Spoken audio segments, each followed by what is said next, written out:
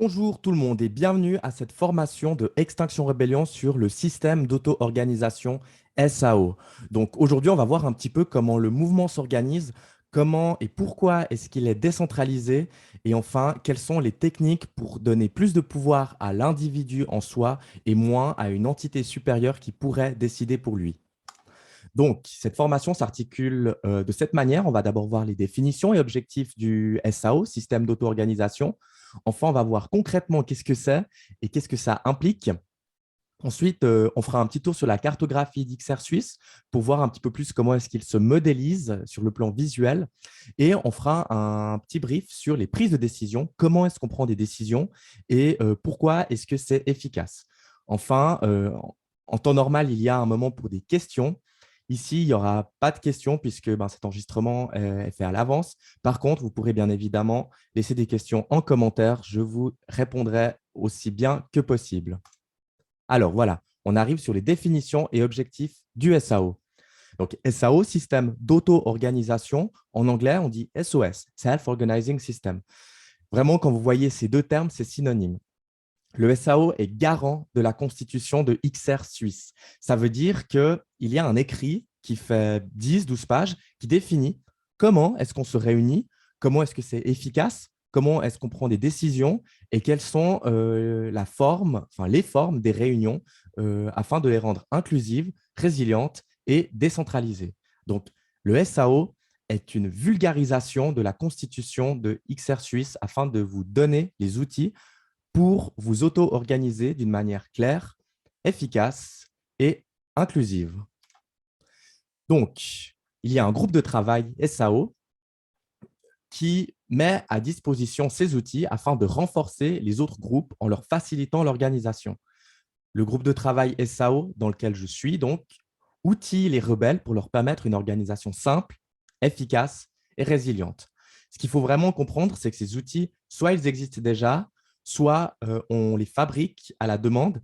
Et notre objectif, c'est de les clarifier, par exemple, à travers cette formation et de les mettre à disposition à travers un accès aisé pour tout le monde. Avant toute chose, si on dégrossit un petit peu Extinction Rébellion, on a trois choses. Il y a les actions, il y a la culture régénératrice et il y a le système d'auto-organisation. Et ces trois choses, ensemble, font ce qu'on appelle l'ADN. Donc, il faut bien comprendre que quand ces trois cercles vont bien, on peut considérer que l'organisme Extinction Rébellion se porte bien. Et nous, on va se focaliser sur ce cercle système d'auto-organisation. Donc, voilà, maintenant, on arrive un peu plus dans le détail. Qu'est-ce que c'est? Si vous deviez résumer le SAO en une ou deux phrases, ce serait la suivante. Un système capable d'employer la sagesse d'un groupe uniquement lorsque nécessaire et le reste du temps, le groupe est flexible afin de répondre rapidement à chaque situation. On a tous et toutes déjà vu ces bancs d'oiseaux qui volent au-dessus du lac et qui, on ne sait pas comment, à un moment donné, sont tous d'accord et décident de virer à droite ou à gauche. On ne sait pas comment ils font, mais ils ont un accord commun et c'est assez rapide. Et on connaît tous et toutes le guépard qui, dès qu'il a un objectif, il fonce et il attrape sa proie. Il ne demande l'avis de personne et il court très vite. Donc, l'idée du SAO, c'est de trouver l'équilibre un petit peu entre ces deux structures afin de permettre à chacune d'agir comme il ou elle le souhaite avec son emploi du temps, tout en gardant la sagesse et l'intelligence d'un groupe lorsque c'est requis. Donc, il y a 5 principes dans le SAO. Ces 5 principes sont l'autorité distribuée, le pouvoir décentralisé, la transparence radicale, les mandats et les groupes liés. Et nous allons voir ces 5 principes ensemble pour que vous puissiez les appliquer. Donc, commençons par le premier, l'autorité distribuée. Ceci est un cercle et à l'intérieur, il y a des gens. Le cercle en lui-même est une entité qui est définie par un mandat. Le mandat dit ce que le cercle doit faire. À l'intérieur de ce cercle, chaque personne possède un rôle. Donc, chaque couleur, c'est un rôle qui est lui aussi défini par un mandat plus précis. Et vous la voyez venir, donc il y a des imbrications de mandats avec des certains niveaux de précision. Le grand cercle a un certain mandat et plus on arrive en profondeur, plus le mandat devient précis. Ici, il y a un plus petit cercle avec un mandat un peu plus précis et la personne en violet a un mandat encore plus précis. Donc voilà, ça c'était pour l'autorité distribuée. Maintenant, on va voir les notions de pouvoir décentralisé. Donc, le mandat, c'est celui qui donne du pouvoir, c'est lui qui décide comment est-ce qu'on agit, pourquoi est-ce qu'on agit comme ça et quelle personne a le droit de faire certaines actions. Et maintenant, l'idée, c'est de voir qui écrit le mandat. Eh bien, rappelez-vous du schéma avec le banc d'oiseaux que je vous ai montré tout à l'heure. C'est justement là-dedans qu'on se trouve en ce moment. C'est les membres du cercle en question qui définissent collectivement tous les mandats qui l'englobent. Et le reste du temps, tout le monde agit dans le cadre de son mandat personnel, sans forcément demander l'avis de qui que ce soit ou l'autorisation. Donc, vous l'aurez compris, le mandat donne l'autorité à une personne ou à un groupe d'agir sans devoir se soumettre aux ordres d'une personne au-dessus. Mais les conseils sont toujours bienvenus. Il est évident que si on ne sait pas par quel chemin commencer lorsqu'on agit sous un mandat, on va demander l'avis de certains, de certaines. On va peut-être proposer des modifications de son mandat pour qu'il soit plus clair. Et lorsqu'il s'agit de modifier un mandat, c'est les membres d'un cercle qui décident ensemble comment est-ce qu'on change le mandat. Donc maintenant, on a parlé de mandat, on va voir exactement comment il s'articule. Donc, il y a trois composantes dans un mandat. Il y a le but, qui est le résultat ou les résultats à atteindre, les redevabilités, qui sont les tâches régulières à effectuer. On peut voir ça comme les pas qu'il y a à faire pour atteindre le but. Et enfin, les domaines qui sont les propriétés sous contrôle. Les domaines, ça peut par exemple être une boîte mail. Si j'ai la boîte mail dans mon domaine, ça veut dire que je suis seul à pouvoir utiliser cette boîte mail ou à autoriser d'autres personnes à aller dans cette boîte mail pour répondre à des messages, etc., etc. Donc voilà, on prend un exemple. Moi, je suis là aujourd'hui, je vous donne des formations sur le système d'auto-organisation. Donc, j'ai ce mandat qui est d'organiser des formations régulièrement dans différentes langues. Et j'ai des redevabilités donc, qui sont d'en organiser au moins 3 fois par mois, de trouver d'autres gens pour le faire. Et enfin, de s'assurer que des gens forment d'autres gens pour avoir encore plus de gens pour le faire. Et j'ai 2 domaines, donc une liste de gens qui peuvent donner ces formations et une liste de gens qui peuvent former d'autres gens pour donner ces formations.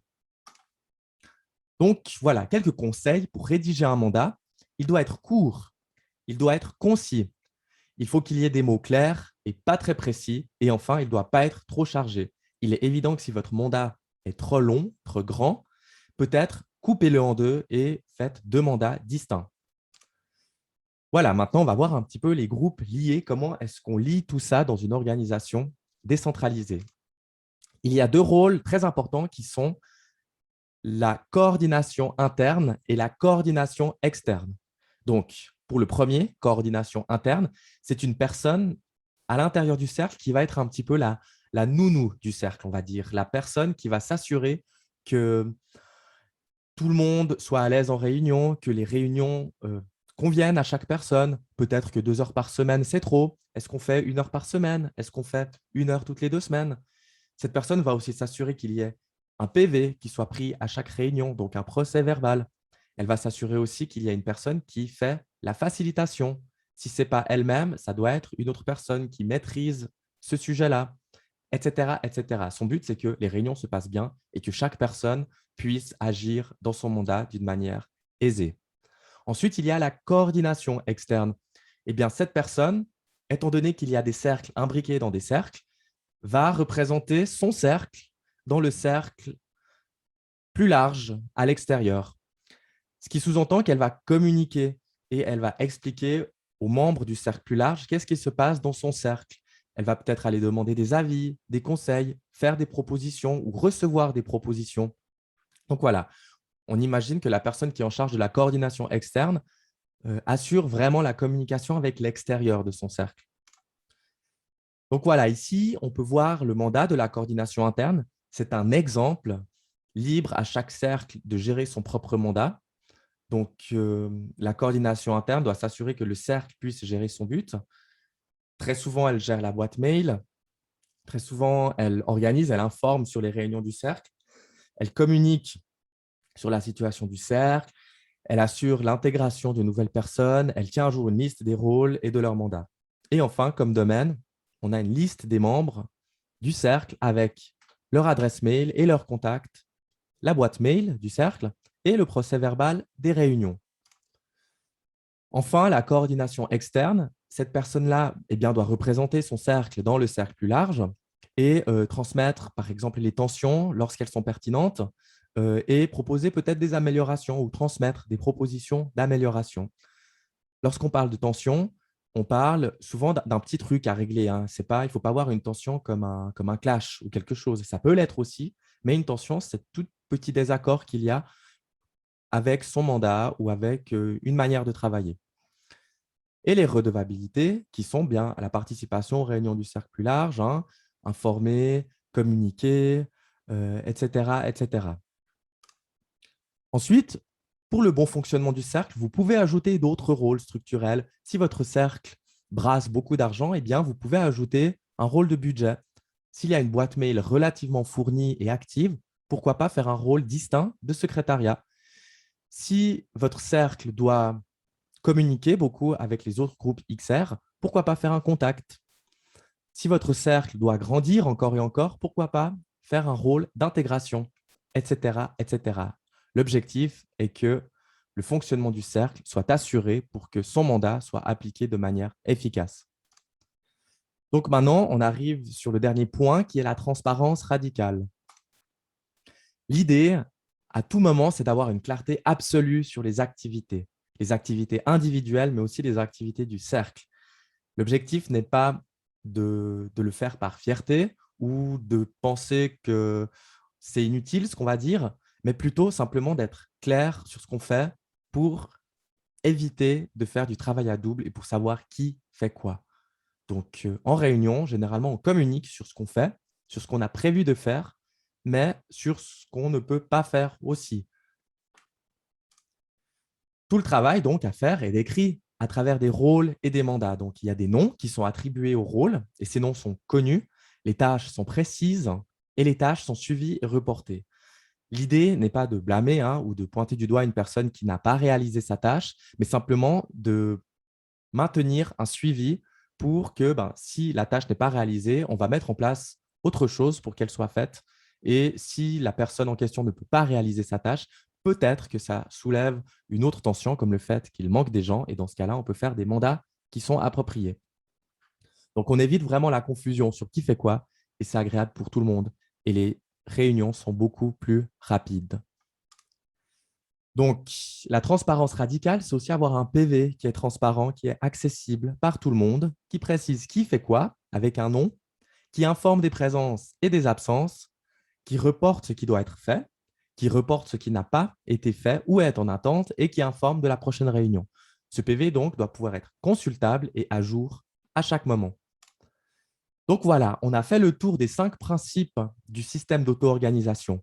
Si on résume, en réunion, tout ce qu'on a, c'est des échanges d'informations, des demandes de conseils ou des modifications de mandats, de structure par des personnes qui ont besoin de changer un petit peu la manière de travailler. Et hors des réunions, chaque personne agisse selon leur propre mandat.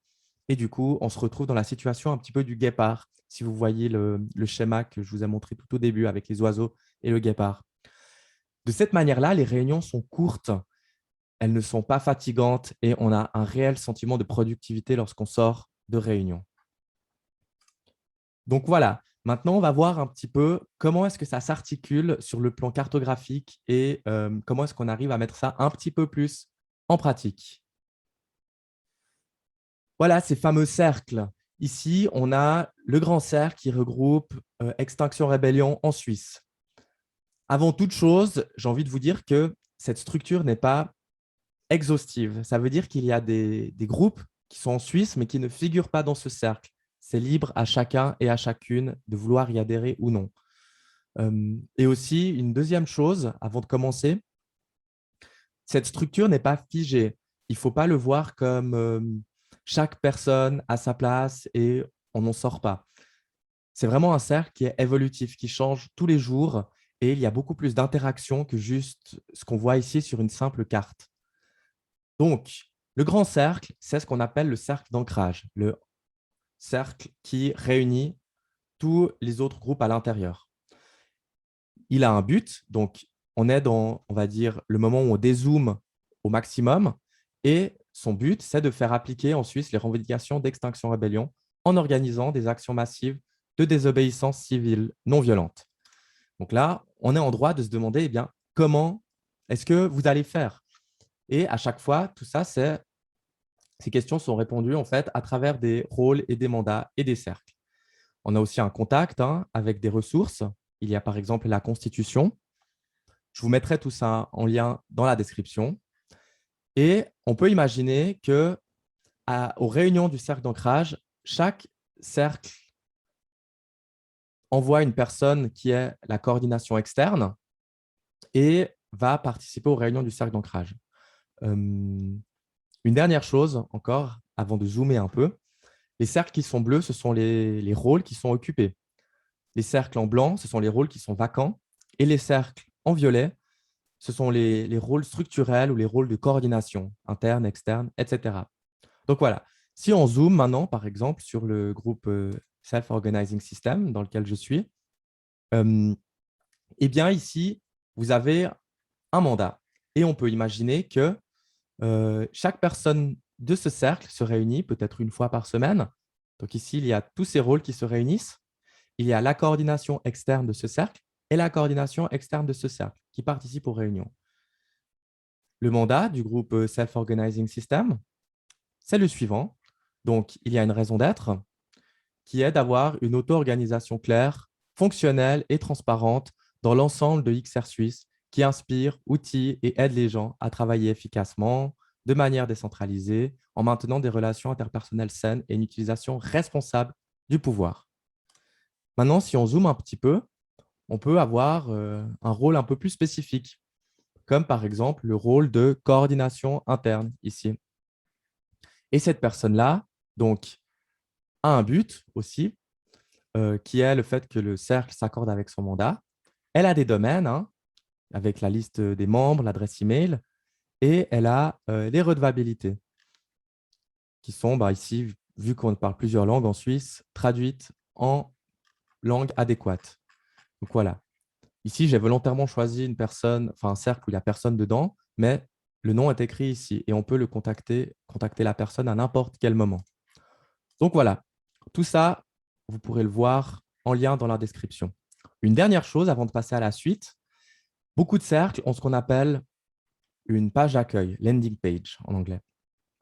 Et vous pouvez simplement ouvrir cette page d'accueil pour avoir plus d'informations sur le cercle, pour entrer en contact avec le cercle et surtout pour leur demander les ressources. Donc là, on a le groupe Outreach and Mobilization, donc le groupe qui s'occupe du recrutement et de la mobilisation pour la rébellion. Et vous avez donc les contacts, etc., etc. Donc voilà. Maintenant, on peut avancer un petit peu et passer à la suite. Nous allons maintenant voir les prises de décision.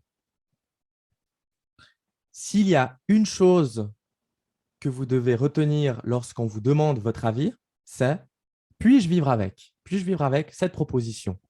Donc, on va utiliser un exemple. Certains ou certaines rebelles du groupe de travail matériel pensent qu'il serait pratique d'avoir une petite voiture d'occasion, pas 100% renouvelable, certes, mais l'idée, c'est de transporter le matériel d'une rébellion à l'autre. Et donc, il y a une personne qui a rédigé cette proposition. Et généralement, quand on fait un achat, il y a une personne du budget qui va peut-être décider si cet achat est raisonnable ou pas. Lorsque la personne arrive avec cette proposition, tout le monde doit se demander, est-ce que je peux vivre avec cela, avec le fait d'acheter une voiture? Donc, si tout le monde peut vivre avec, eh bien, la décision appartient déjà à un mandat. Donc, si c'est le cas, eh bien, c'est à la personne concernée qui prend la décision. Donc, ici, ça pourrait être la personne titulaire du budget. Donc, elle prend cette décision. C'est clair qu'elle va aller demander l'avis des personnes concernées, mais le dernier mot lui revient. Enfin, il y a une autre option qui est que la décision n'appartient à aucun mandat. Donc, à ce moment-là, on peut choisir de créer un mandat et c'est la personne qui facilite, qui va entamer un processus de prise de décision. Je vous renvoie à la formation, à la facilitation pour connaître ce processus. Je vous mettrai le lien dans la description. Donc, il y a un processus pour créer des mandats. Donc, la personne arrive avec sa proposition. Ensuite, la personne qui facilite fait un tour de clarification, demande à tout le monde si la proposition est claire ou s'il faut reformuler.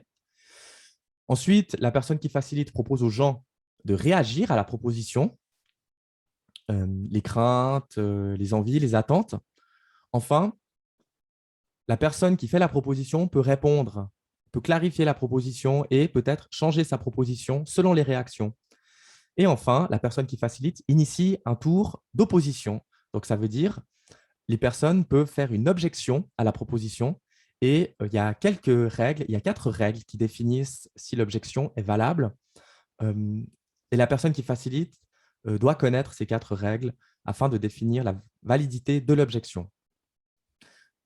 Si l'objection est valide, eh bien, les suggestions de changement sont intégrées dans la proposition jusqu'à ce qu'il n'y ait plus d'objection.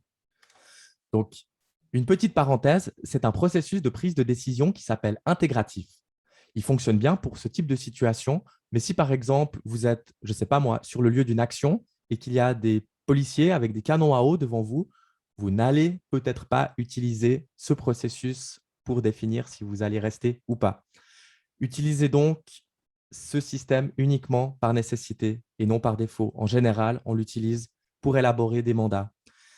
C'est un système qui prend un peu plus de temps. Donc, il y a une personne qui facilite, qui doit s'assurer qu'il n'y ait pas trop de temps alloué pour ce genre de prise de décision. Et puis, sachez aussi que les personnes qui facilitent sont garantes de choisir le processus de décision approprié pour qu'il convienne à la majorité. L'idée, c'est d'organiser des formations à la facilitation si dans votre groupe, il n'y a personne qui peut faciliter. Donc, vous pouvez écrire un email au groupe système d'auto-organisation. Ensuite, il y a une troisième option. Eh bien, la décision n'appartient à aucun mandat, mais peut-être qu'on décide de ne pas faire de mandat parce que c'est un achat spontané. Et du coup, la personne qui facilite peut initier un processus de prise de décision pour tout le groupe. Donc, il y a plusieurs méthodes, la prise de température. Il y a une prise de décision par consentement aussi, où on peut faire un vote à la majorité simple. Il y a d'autres options aussi, comme le fait de déléguer la décision à un petit groupe dans le groupe.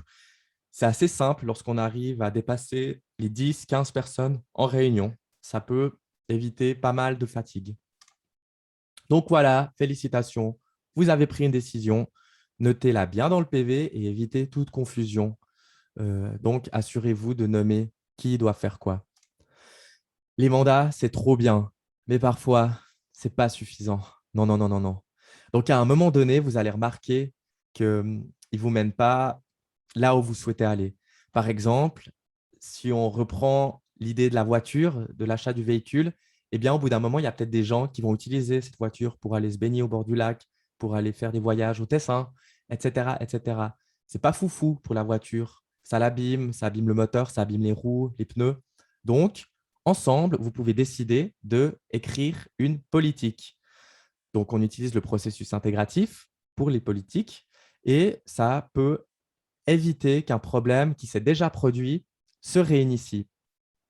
Donc, l'idée, ce n'est pas d'essayer d'anticiper tous les problèmes, c'est de gérer les problèmes que vous avez déjà vécus. Il y a un problème assez récurrent qui arrive, c'est lorsqu'on crée un groupe, qu'on est dans un groupe, on arrive sur un chat, Signal, Mattermost, WhatsApp, etc. Et tout le monde débat dans ce chat. Peut-être que vous n'avez pas envie de débattre et vous n'avez pas envie de vous réveiller le matin avec 30 notifications. Demandez d'introduire la politique, qu'on utilise le chat uniquement pour l'organisation et non pas pour donner son avis. C'est un exemple. Donc voilà, c'est la fin de cette présentation. Si vous voulez aller plus loin, vous pouvez consulter la constitution d'XR Suisse. Vous pouvez suivre une formation à la facilitation. On en organise régulièrement. Vous pouvez aussi vous inspirer d'autres groupes XR ou échanger des ressources sur les canaux nationaux ou internationaux. Et enfin, le groupe de travail système d'auto-organisation est disponible à tout temps à cette adresse pour vous donner des conseils, pour vous aider. Quelques ressources encore, il y en a beaucoup, mais les principales, je pense que ce sont celles-ci. Le modèle d'ordre du jour d'une réunion, donc c'est une sorte de template avec des entrées et lorsque vous faites une réunion, vous n'avez qu'à remplir ces entrées. C'est très efficace. Des modèles de mandat aussi, on en montre souvent lorsque vous créez un mandat, peut-être regarder s'il n'existe pas déjà, vous gagnez du temps. Et enfin, des vidéos de formation à la facilitation. Tout ça sera en lien dans la description. Merci beaucoup pour votre attention. Une dernière chose, donc, on n'a pas toujours tout compris, hein. On fait de notre mieux, on récolte des feedbacks et on s'améliore. Donc, n'hésitez pas à donner un feedback en commentaire sur cette présentation. N'hésitez pas aussi à le faire par email, à proposer des améliorations. Vous pouvez rejoindre le groupe de travail système d'auto-organisation aussi si ça vous intéresse. Et si vous en voulez davantage, n'hésitez pas à consulter tout plein d'outils. Je vous en mettrai le maximum possible dans la description. Je vous remercie pour votre attention. À vous de jouer maintenant. Soyons forts, soyons fortes pour la rébellion du 3 octobre 2021. Merci beaucoup et à bientôt.